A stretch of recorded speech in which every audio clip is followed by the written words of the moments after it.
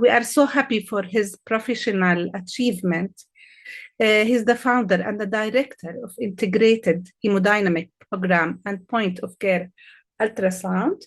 And as he said, he designed the AI clinical calculator, which is so helpful for clinical decision support in the neonatal ICU. We had over 100 articles, book chapters, and he conducted a lot of workshops, around 100 workshops at local, regional, national, international places. His innovation in neonatology is very well known. He's founded the first internationally recognized website, the POCUS.org. Thank you, Dr. Yasser. We use it a lot in our unit. And the NeoPed Academy for Virtual Education in Medicine. And he designed the Manitoba Neonatal Educational Learning Management System there. And his key contributor and his key contributions where he founded the lung ultrasound program, which replacing the X-ray for diagnosis of lung disease, as have been said in the last session. And his research interest in hemodynamics and point of care ultrasound and physiology-oriented practice is very well known as a neonatologist. And he's received several recognitions and awards. The last one, I think, the Ronald Dohmel Innovation Award and the Emerging Lead in Neonatology Award from the Canadian Pediatrics Society. So welcome, Dr. Yasser, and we can start now. Welcome, everyone. Over the next 30 minutes, we will summarize cardiovascular support stewardship. And I have two main objectives. First, I will go over a summary of cardiovascular physiology. Second, I will discuss the four main categories of cardiovascular dysfunction with the relevant support. And I have each one of the four categories has two main phenotypes. So the style of this presentation is 2 by 2. Everything is arranged in 2 or multiplication of 2 for easier recall and to increase your knowledge retention. Let me start first with this introduction. The history of medicine passed through 3 main stages. The first stage since the beginning of human being until recently was based on experience and experience-based medicine. And since 1990s, we have been in the era of evidence-based medicine. And then now we are gradually shifting to the new era, which is precision-based medicine. What we have from evidence-based medicine for the last 30 years is summarized in this slide. Evidence-based medicine highlighted 4 things are good for outcomes and 4 things are bad for outcomes. Good for outcomes, we have 4 natural things, including breastfeeding, skin-to-skin, delayed cord clamping, and surfactant. Then we have 4 interventions are good for outcomes, including antenatal steroids, caffeine, CPAP, and cooling in HIE. And then we have 4 things are known to be bad for outcomes, including invasive ventilation, antibiotics, cardiovascular drugs, and oxygen therapy. So now we understand that cardiovascular drugs are not really good for outcomes. So we have to be very careful about using these interventions or medications in our practice. What about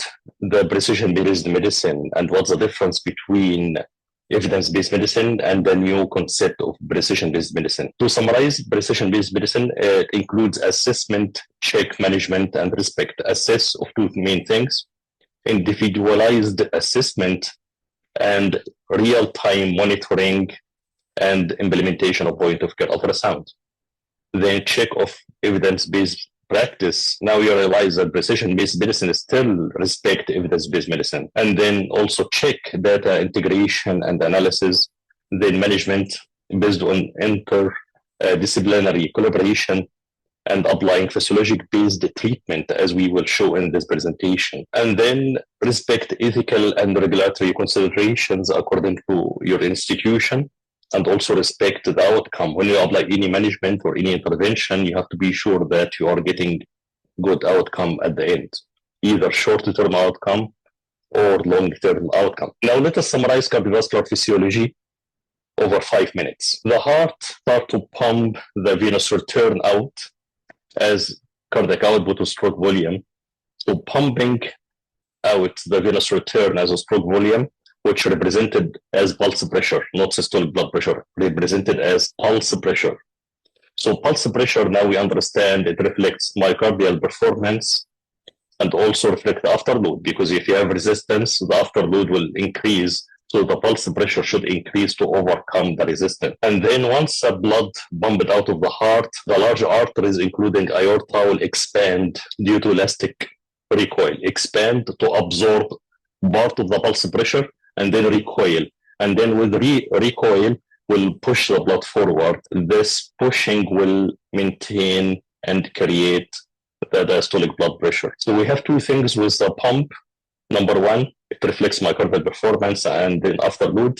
And then in larger arteries, stick recoil, absorb the pulse pressure. Number two, this recoil push the blood forward and create the diastolic blood pressure. Then we have the arterioles. Number three, arterioles maintain systemic vascular resistance, and also this vascular resistance is mainly reflected on diastolic blood pressure. So the maintained vascular resistance will maintain the diastolic blood pressure and reduce the variability of this pressure over time. And then we have the capillaries, and the capillaries will be responsible for exchange with tissues, number one. Number two, control vascular osmosis and volume. Remember, in this presentation, we are describing almost everything in cluster of two for easy recoil. What determines the perfusion to the tissue? It is mean blood pressure. So the perfusion pressure is usually reflected as mean blood pressure.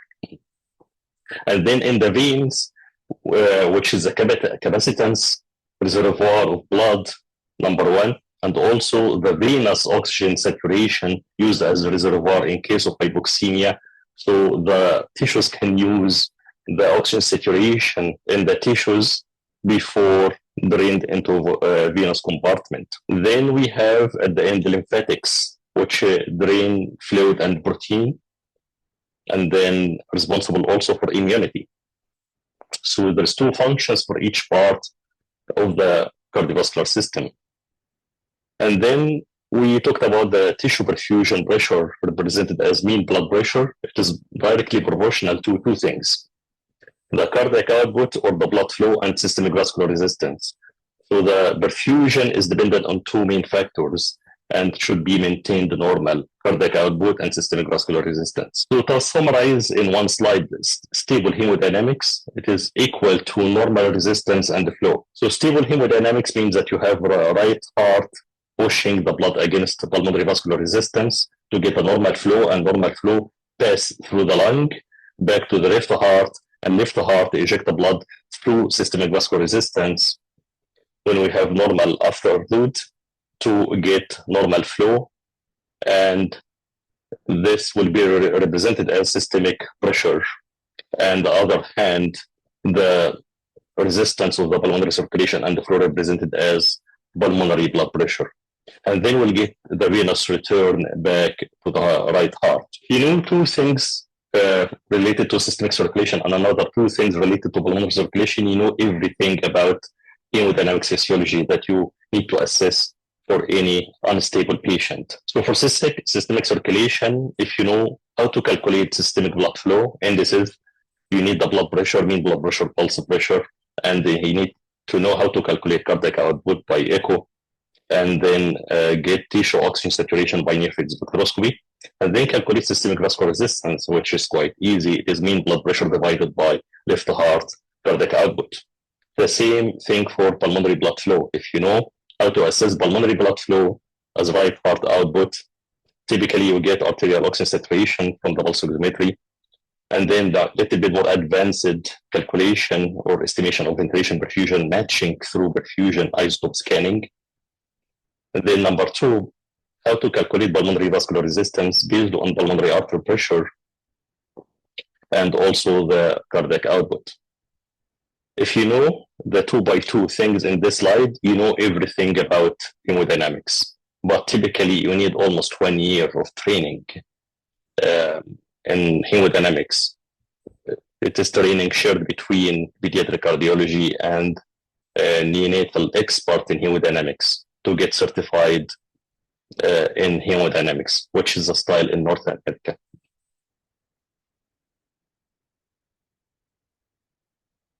So the physiology or the physiologic phenotypes of cardiovascular instability can be summarized in this slide. And this can be summarized or categorized into functional and anatomical or structural. Again, remember the number 2. Everything in this presentation is categorized into 2 for easy recall. So functional, we have either arterial-related issues or myocardium-related issues or related to abnormal rhythm. Anatomical, it is anatomical. The arterial-related issues could be arterial vascular. So loss of vascular tone, which means loss or decreases systemic vascular resistance or vasodilatory shock. So the arterioles as tone and what's contained inside as a blood. So when you have hypovolemia, you will get also low diastolic blood pressure and hypotension. And then myocardium, represented as venous vascular, when you have venous hypertension or congestion because of poor heart performance, so blood will be stagnant in the venous compartment, which is more chronic issue, or could be pump powers, the heart pump, as myocardial systolic performance is reduced. So it might be presented as acute cardiogenic shock, or also could be related to vasoconstrictor physiology or shock. So the afterload increase the heart pumping against high resistance, typically the same like systemic hypertension in adults. Rhythm, it could be tachyarrhythmia like SVT, or bradyarrhythmia as heart block. Anatomical issues, we have 2 main categories: obstructive like hypoplastic left heart or coarctation, or restrictive like cardiac tamponade by pericardial effusion or tension pneumothorax. So let us discuss one by one. Arterial vascular, we have vasodilatory shock. So the blood is stagnant in the vascular compartment with reduced blood flow to the tissues. Typically have low systemic blood flow, low systemic vascular resistance, but unaffected the pulmonary vascular resistance and the blood flow on the other side. In this category, we can diagnose it by 2x2, 2 low and 2 normal. So 2 low, the first one, low diastolic blood pressure, low mean blood pressure, and low also systolic blood pressure. All of the blood pressure variables are low, but with maintained pulse pressure. Also, we have low systemic vascular resistance. So low blood pressure variables except the pulse pressure and low systemic vascular resistance. And also by echocardiography, normal systolic heart performance, or sometimes even hyperdynamic. As you can see in continuous blood pressure tracing or monitoring, you can see the blood pressure variables or decreasing, but with maintained pulse pressure, which is the red zone between systolic and the diastolic. And then the medication that makes sense to be used in this situation, vasopressors like norepinephrine or vasopressin, steroids in the resistant cases, because steroid might increase the sensitivity of vascular tone to circulating catecholamines, or can be adjuvant drugs like correct acidosis if there is acidosis, and we are using sodium acetate or citrate. For that, we are not using sodium bicarb, and then treat any underlying cause for vasodilatory shock like sepsis, for example.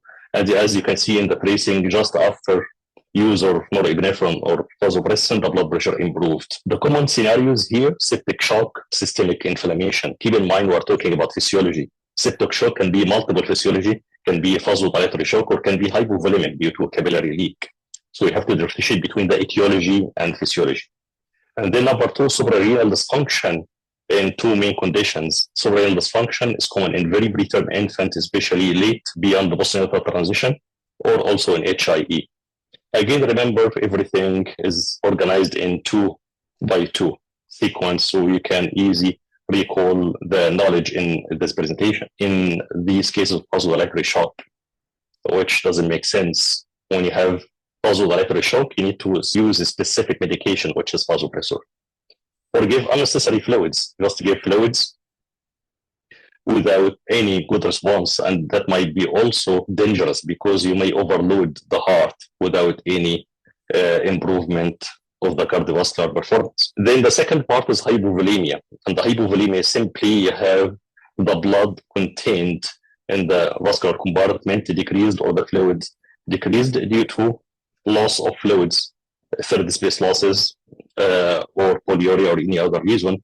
Or it could be related to shift of the blood through the PDA in premature infants. So you have systemic shift of the blood from the systemic compartment to pulmonary compartment. So in this situation, you have low systemic blood flow, but normal or high systemic vascular resistance, because the vascular resistance might increase in the body to compensate for the low flow. That's really common and expected in dehydration, especially in older ages children. And then the pulmonary blood flow and the pulmonary vascular resistance are unaffected. The diagnosis in this situation is 2 by 2. 2 low variables, low pulse pressure and low cardiac output, and 2 normal variables, systolic blood pressure and heart performance. Medications, typically fluids, steroids and capillary leak syndrome, and adjuvant medications like sodium citrate or acetate to correct acidosis, and then treat any underlying cause. Common scenarios, dehydration, capillary leak syndrome. Less common scenarios like PDA shunt in preterm infant, high urine output, or stoma losses like ileostomy losses. Common mistakes, use of diuretics in oliguria. Typically, oliguria in this case is related to dehydration, so using diuretics might cause more harm more than help. And then use of inotropes, because inotropes might reduce the diastolic filling of the heart and might worsen the filling and also worsening the cardiac output. Next, we have the venous vascular or venous congestion, and congestion related to chronic cardiomyopathy, so the blood is stagnant in the venous compartment. In this situation, we have low systemic blood flow, normal systemic vascular resistance, and also normal pulmonary resistance and the flow. The 2 by 2 expected variables for diagnosis. Number 1, dilated heart with poor function. Number 2, congested venous compartment, including hepatic veins and all of the systemic veins, but normal blood pressure usually and normal pulmonary functions. Medications, we can use afterload agent like captopril, preload agent like diuretics. Adjuvant medication, control fluid balance is very important, also treat any underlying cause. Common scenarios, cardiomyopathy, especially metabolic or chronic types of cardiomyopathy, congenital pumps like VSD or atrioventricular septal defect, usually clinically presented about 4 to 6 weeks after birth. Less common scenarios like hypertensive cardiomyopathy and myocarditis. Common mistakes in management of the situation, use of inotropes. You should not use inotropes in cardiomyopathy, and also use of extra fluids might cause more fluid overload. Then we have pump failure or cardiogenic shock. And sometimes also it is associated with vasoconstrictor physiology. So the failure can be intrinsic failure of the heart or could be secondary to vasoconstrictor shock. In this situation, we have low systemic blood flow, but with high or relatively high systemic vascular resistance and unaffected pulmonary blood flow and pulmonary vascular resistance. In this situation, you can diagnose by normal pulse pressure, and maybe later on late hypotension might affect all of the blood pressure variables. Also low cardiac output by echocardiography, but normal diastolic blood pressure, sometimes high, and normal pulmonary functions. As you can see early, you have normal pulse pressure. Later on, you have reduced or normal pulse pressure, and all blood pressure variables are low. Medications that can be used, lusitropic medication like Merinone, but if the blood pressure drops, you have to be very careful because Merinone is a strong vasodilator. Or you can use inotropic with the vasodilatory effect like dobutamine. Adjuvant medication to control the fluid balance and treat the underlying cause. Common scenarios, post-transition failure in preterm infant or hypoxic ischemic encephalopathy, less common in post-PD ligation and pulmonary hypertension. And then the common mistakes, use of vasopressors. Typically, you need to use vasodilator in this case. So dopamine or norepinephrine medication with the vasopressor effect might not be helpful. You need to use dobutamine or Merinone. And then the second mistake, delayed detection of the case at the early stages. and then later on the blood pressure might drop, and you may need to use dual medication, one to vasodilator and the other medication to support the blood pressure. And then we have restrictive physiology or cardiac tamponade. Cardiac tamponade can be by pericardial effusion or pneumothorax. Typically, in this case, management is to drain the pericardial effusion or the pneumothorax by appropriate chest tubes. In this case, you have low systemic blood flow, but normal vascular resistance in both systemic and pulmonary, and also normal pulmonary blood flow. And it also can be obstructive, and obstructive as part of the anatomic pathophysiology. Obstructive means obstruction of the outflow of the heart, which is common in left hypoplastic heart syndrome or coarctation of aorta. You may have low blood pressure and usually very narrow pulse pressure in this case. So you may have high systemic vascular resistance, which is a physiologic compensation from the body to maintain the blood flow, and then normal blood flow and normal pulmonary vascular resistance.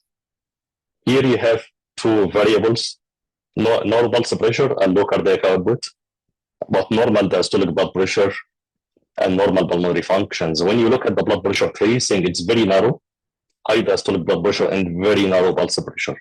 So the blood pressure looks like just one line. Medications, prostaglandin typically to keep the PDA open and urgent surgery referral, adjuvant medication control fluid balance, and increase pulmonary vascular resistance, because now the systemic circulation is dependent on the PDA. So you need to keep the pulmonary vascular resistance higher to shift the blood to systemic circulation. Common scenarios, coarctation and left hypoplastic heart syndrome, and common mistakes, use of nootropics should not be used in this case, or medication that might lower the pulmonary vascular resistance like oxygen, and typically nitric oxide is contraindicated. One of the issues that you may see detect the patient clinically with the pre and post electrical saturation difference, and you may assume this patient with pulmonary hypertension. But with skillful clinical examination, you may diagnose hypoplastic left heart even before echocardiography. High pulmonary vascular resistance, which is typical pulmonary hypertension. In this case, you have sometimes low systemic blood flow, but typically the main problem here is high pulmonary vascular resistance. And in this case, we may have hypoxemia, oligemic lung fields, and normal left heart performance and lung ventilation. Medications that can be used, nitric oxide, alternative vasodilators if you don't have nitric oxide, adjuvant medication like sedation or treat any underlying cause, and then common scenarios, BPHN. It could be also atypical pulmonary hypertension in HIE or CDH, congenital traumatic hernia. Common mistakes trying to increase the systemic blood pressure. If you see pre and post ductal saturation difference or the PDA right left, trying to increase the systemic blood flow to reverse the shunt. This is completely non-physiologic and wrong. You should not do that. You should only try to reduce the pulmonary vascular resistance, because increasing systemic vascular resistance might increase the afterload and might lead to heart failure. The second mistake, trying to increase the pH to be alkalotic. Alkalosis, it might be pulmonary vasodilator, but at the same time, it will reduce the oxygen delivery at the tissues, because it will shift the oxygen distribution curve to the left. It's a very simple case scenario to keep in mind: shock in infant who was initially stable, discharged from NICU or discharged from the maternal unit, and then crashed during the first week of life and came to the ER with shock-like features, which could be functional or structural, left heart syndrome, and it could be septic shock, so you need to do septic workup. But in this situation, you may need to consider prostaglandin if you don't have echo accessible and it can be done right away, because the coarctation is high likely condition or diagnosis in this case, and prostaglandin is life-saving. Avoid over-oxygenation, avoid pulmonary vasodilators, particularly if there is pre and post ductal secretion difference in this case, because the the systemic circulation is usually dependent to maybe 90% or more on the ductal flow. So summary of cardiovascular medications that we discussed in this presentation. So we have vascular medication, myocardium-related medication, blood flow-related medication, and medications that help with the reactivity of the vascular tone. So vascular medication, vasopressors, norepinephrine and vasopressin, or vasodilator like dobutamine or marinone.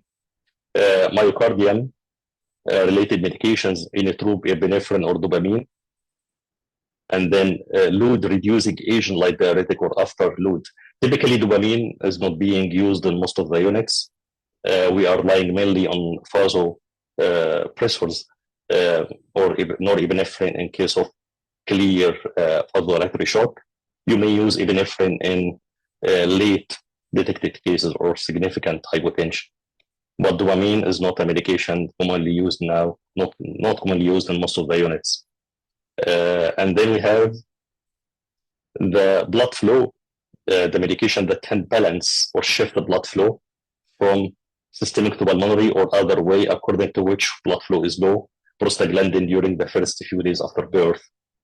And then arrhythmia, use antiarrhythmic medication in case of tachyarrhythmia, or the opposite when you have heart block or severe bradyarrhythmia. And then reactivity, it means that the medication that can increase the responsiveness to circulating catecholamines like steroids. When you have severe vasodilatory shock, you may need to add hydrocortisone to increase the sensitivity of vascular tone to the catecholamines. And also, you need to get the pH normalized, because in pH less than 7.2, you might not get a good response to circulating vasopressors. And for that, you may need to use sodium citrate or acetate.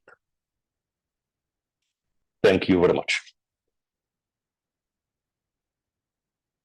Thank you, Dr. Yasser, for amazing presentation.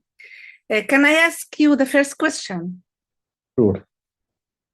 It's come to my mind that how can the multidisciplinary cardiovascular medication stewardship, if you can planning to do a stewardship program, how this medication, the multidisciplinary cardiovascular medication stewardship, if you want to do the program, what's your vision?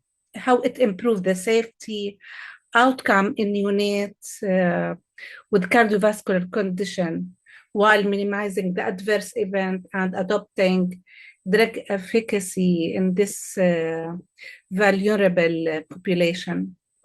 Yeah, that's wonderful questions. Thank you. Thank you very much. Probably because our time was limited, I did not present our data that we published on two different eras. So before we started our hemodynamics program, that's probably more than 10 years ago, we were relying, like most of the units, on empirical use of medications, like using dopamine or dobutamine in most of the cases without any physiologic insight about that vasodilatory shock or vasoconstrictor or cardiogenic shock or hypovolemic shock or any other underlying the cause that might be missed, like pericardial effusion. I remember a long time ago, before we implemented point of care ultrasound, we missed at least for the 1 day or two cases of pericardial effusion.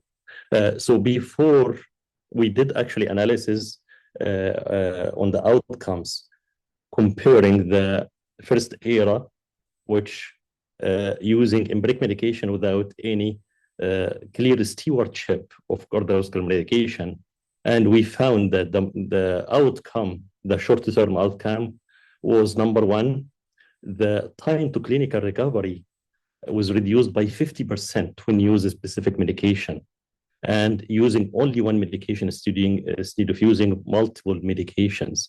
That's number one. Number two, the number of deaths actually decreased, although the total number of studied cases was not powered enough to study mortality as an outcome. But there is a trend of less deaths compared to the first era. So we compared the 3 years before we implemented the program and 3 years after we implemented the program. I can share the study in the group. And this study was done not only on cases of shock, it was done also in PDA and pulmonary hypertension. So what happened after we implemented our program on PDA? We were using a lot of medications and also PD ligation in a lot of cases. And after we implemented the program, less number of medications and also PD ligation became a history in our unit. We are not doing PD ligation anymore. We are more tolerant. And most of these cases of the PDA closed by itself or only responded to ibuprofen or acetaminophen without need for ligation. And pulmonary hypertension, before we implemented our stewardship program, we were using nitric oxide significantly, like higher than after we implemented the program. And it was used in a lot of cases just empiric. We are suspecting pulmonary hypertension based on only hypoxemia, but now we are using more targeted management. And as you know, nitric oxide is very expensive. It's $200 per hour supply, and some infants might stay a few days on it unnecessarily. So there's significant impact on our outcomes after we implemented our program. And that was not only published in our center, there's a lot of other centers publish the same data. So typically, it is also consistent with the new era of precision-based medicine, which you need to individualize your management, not assuming that one medication or line of medication can fit everyone. So you need to study the individual differences and the individual personal physiologic phenotype.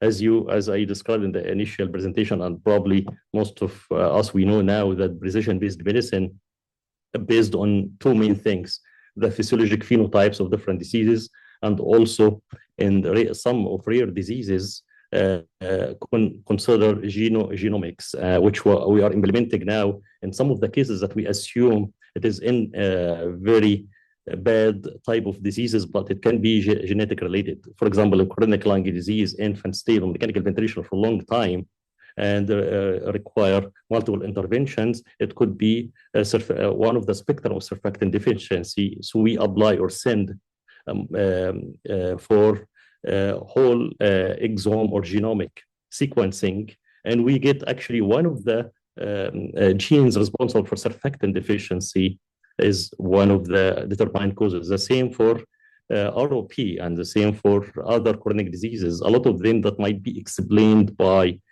different in genomics, or we can detect that, we can ask. We have now the privilege that we can send for these cases for whole exome sequencing, and we get the result within short time. Okay, thank you. Sorry, I explained probably beyond your question, a little bit more details. Have time for extra question, Dr. Samir? Yes. Okay. Yes. Anybody have a question? Or can I ask another question? You may ask another question. Okay.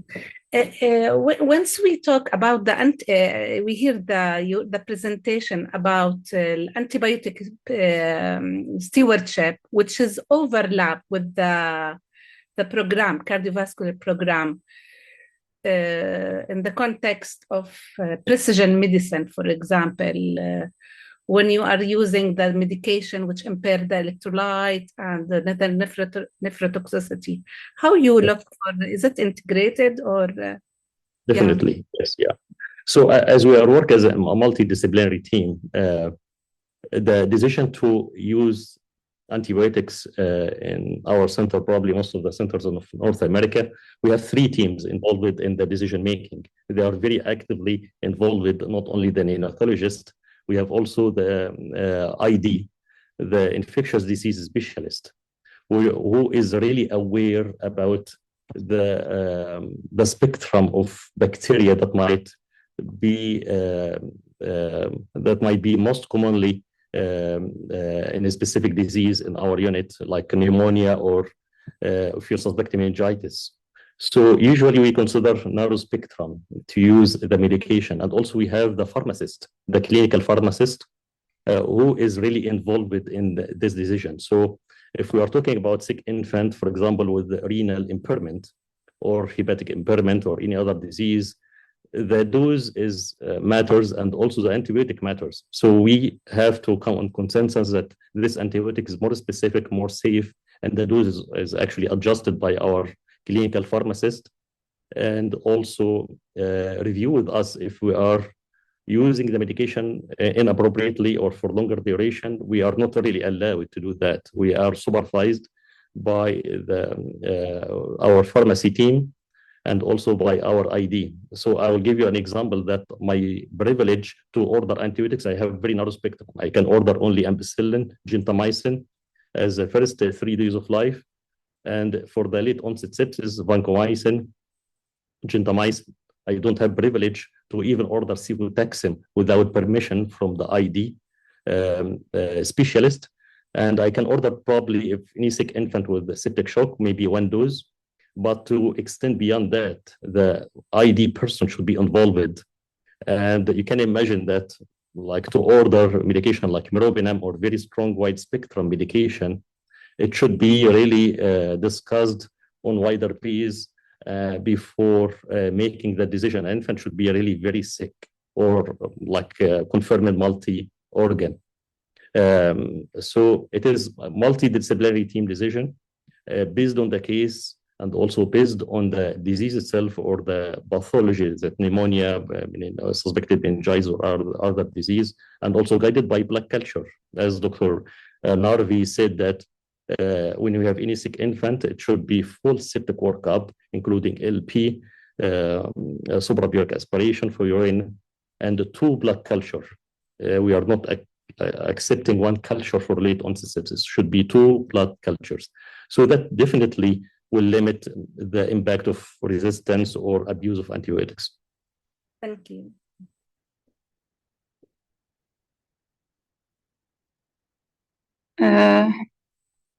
Thank you, Dr. Iman. So now Professor Yasmin Mansi will introduce the next speaker, Dr. Sameh. Dr. Yasmin, تفضل. Okay. Good afternoon, good morning, everyone. I'm honored, طبعا, to introduce the next speaker, Dr. Sameh Tawfiq, a professor of pediatrics at the military hospital, and who happens to be, صراحة, the president of our conference, our great conference, the Pediatric Update Conference, the 5th year. And I have to take this privilege, Dr. Sameh, to congratulate you on the great success of this conference. And I know you've done such a lot of work, and the success of the conference wouldn't have been possible without your great efforts. So thank you very, very much. I attended yesterday, I attended today. I really think it was a very successful conference, alhamdulillah. I also extend my heartfelt wishes to our overseas colleagues, Dr. Yasser Elsayed. Hello, Dr. Yasser. I hope to see you soon, inshallah. Dr. Asim and all our other overseas colleagues. And now I think I want to present Dr. Sameh with his next talk, which is titled Methylmalonic Acidemia, a Case Review. تفضل Dr. Sameh. Thank you very much, Dr. Yasmin. Thanks a lot. Let me share the screen.